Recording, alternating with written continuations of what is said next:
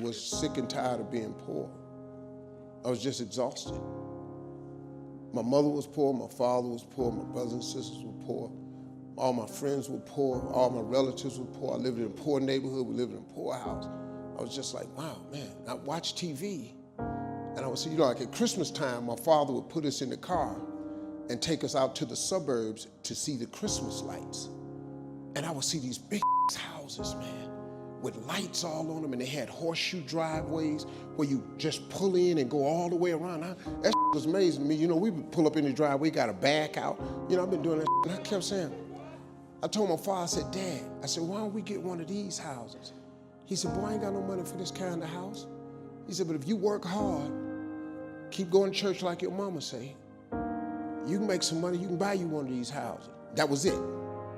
My motivation was to buy a big house so I could put up Christmas lights and drive in the driveway. And I'm gonna tell you something, every home I have, every house I've ever owned or built, you got to pull in one way and drive all the way around to come out there. I have never built, lived, or owned a home that did not have that driveway with gates on both sides. Never.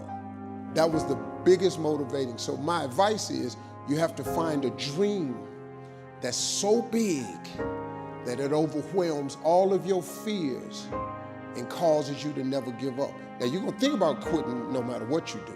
And I've thought about it many times, but I always just kept thinking about that house. And I always dreamed of buying my mother and father a real house. And you know, and before they died, I was able to do all of that. Bought them houses and everything. So get interested in your gift. It doesn't matter what somebody else does.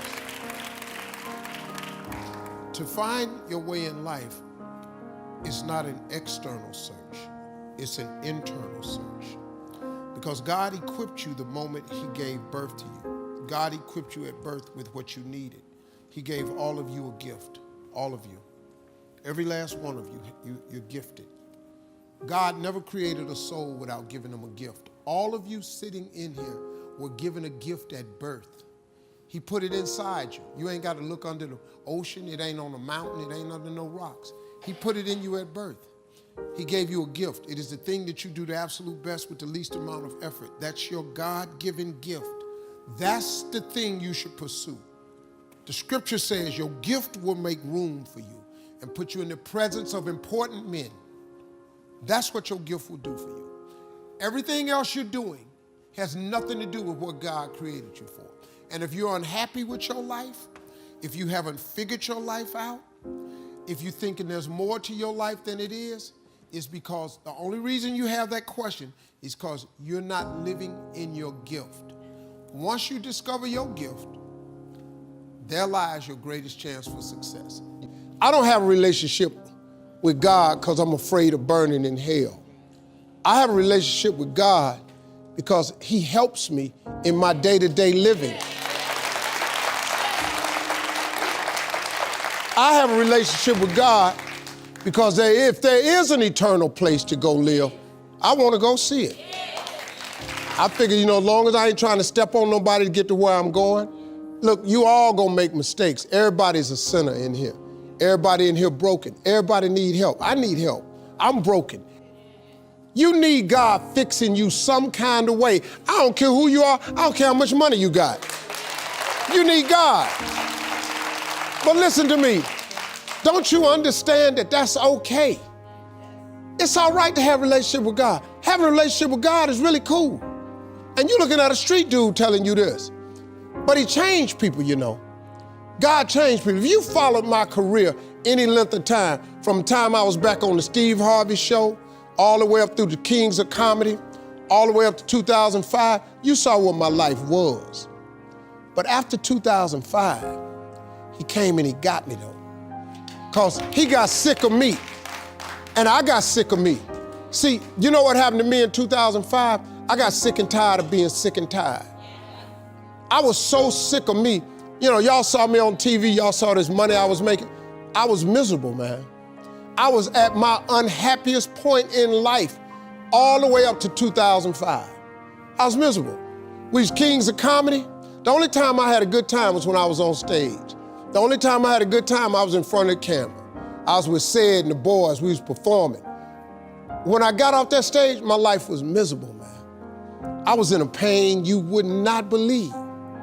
I was in an abyss, man. I was in a dark place.